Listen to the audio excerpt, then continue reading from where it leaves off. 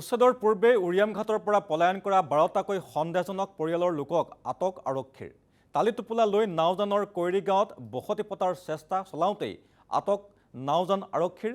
সা সামগ্ৰীসহ পৰিয়ালকেইটাই আটক কৰি নিছে আৰক্ষী আৰু উৰিয়াঘাটৰ উচ্ছেদৰ প্ৰস্তুতিৰ মাজতে গাঁওবাসীক সজাগ হৈ থাকিবলৈ আহ্বান জনাইছিল বিধায়ক বিশ্বজিৎ ফুকনে। ৰাইজৰ খবৰৰ ভিত্তিতে আৰক্ষীয়ে আটক কৰে পৰিয়ালকেইটাক আৰু সন্দেহজন লোকৰ এনে চেষ্টাক লৈ প্ৰতিক্ৰিয়া ধনশিৰি চুতীয়া ছাত্ৰ সন্থা।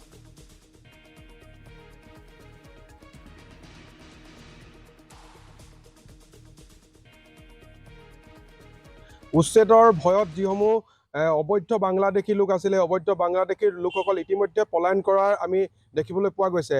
আটাইতকৈ লক্ষণীয় কথাটো হৈ গৈছে যে তেখেতলোকে পলায়ন কৰিছে ২ নং কৰিগাঁৱৰ তামোলবাৰী নামৰ এটুকুৰা ঠাইলৈ।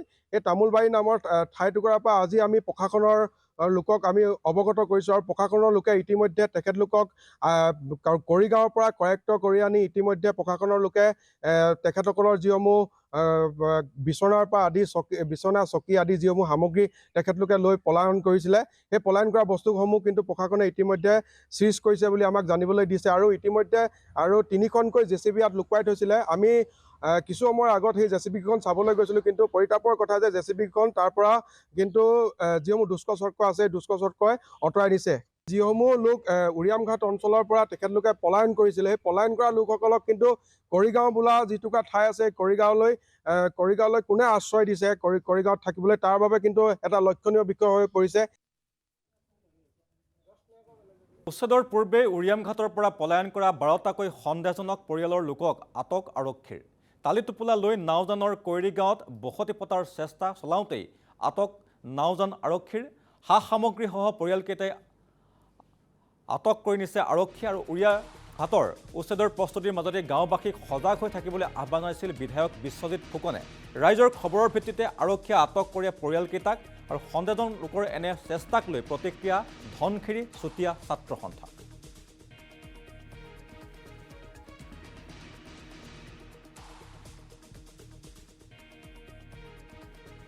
উচ্ছেদৰ ভয়ত যিসমূহ অবৈধ বাংলাদেশী লোক আছিলে অবৈধ বাংলাদেশী লোকসকল ইতিমধ্যে পলায়ন কৰাৰ আমি দেখিবলৈ পোৱা গৈছে।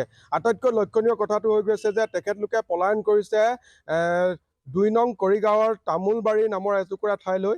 এই তামোলবাৰী নামৰ ঠাইটুকুৰাৰ পৰা আজি আমি প্ৰশাসনৰ লোকক আমি অৱগত কৰিছোঁ আৰু প্ৰশাসনৰ লোকে ইতিমধ্যে তেখেতলোকক কৰিগাঁৱৰ পৰা কৰেক্ট কৰি আনি ইতিমধ্যে প্ৰশাসনৰ লোকে তেখেতসকলৰ যিসমূহ বিচনাৰ পৰা আদি বিচনা চকী আদি যিসমূহ সামগ্ৰী তেখেতলোকে লৈ পলায়ন কৰিছিলে, সেই পলায়ন কৰা বস্তুসমূহ কিন্তু প্ৰশাসনে ইতিমধ্যে চিজ কৰিছে বুলি আমাক জানিবলৈ দিছে। আৰু ইতিমধ্যে আৰু 3খনকৈ জেচিবি ইয়াত লুকুৱাই থৈছিলে। আমি কিছু সময়ৰ আগত সেই জেচিবিখন চাবলৈ গৈছিলোঁ, কিন্তু পৰিতাপৰ কথা যে জেচিবিখন তাৰ পৰা কিন্তু যিসমূহ দুষ্ক চক্ৰ আছে দুষ্ক চক্ৰই আঁতৰাই দিছে। যিসমূহ লোক উৰিয়ামঘাট অঞ্চলৰ পৰা তেখেতলোকে পলায়ন কৰিছিলে, সেই পলায়ন কৰা লোকসকলক কিন্তু কৰিগাঁও বোলা যিটুকুৰা ঠাই আছে কৰিগাঁৱলৈ কোনে আশ্ৰয় দিছে কৰিগাঁৱত থাকিবলৈ, তাৰ বাবে কিন্তু এটা লক্ষণীয় বিষয় হৈ পৰিছে।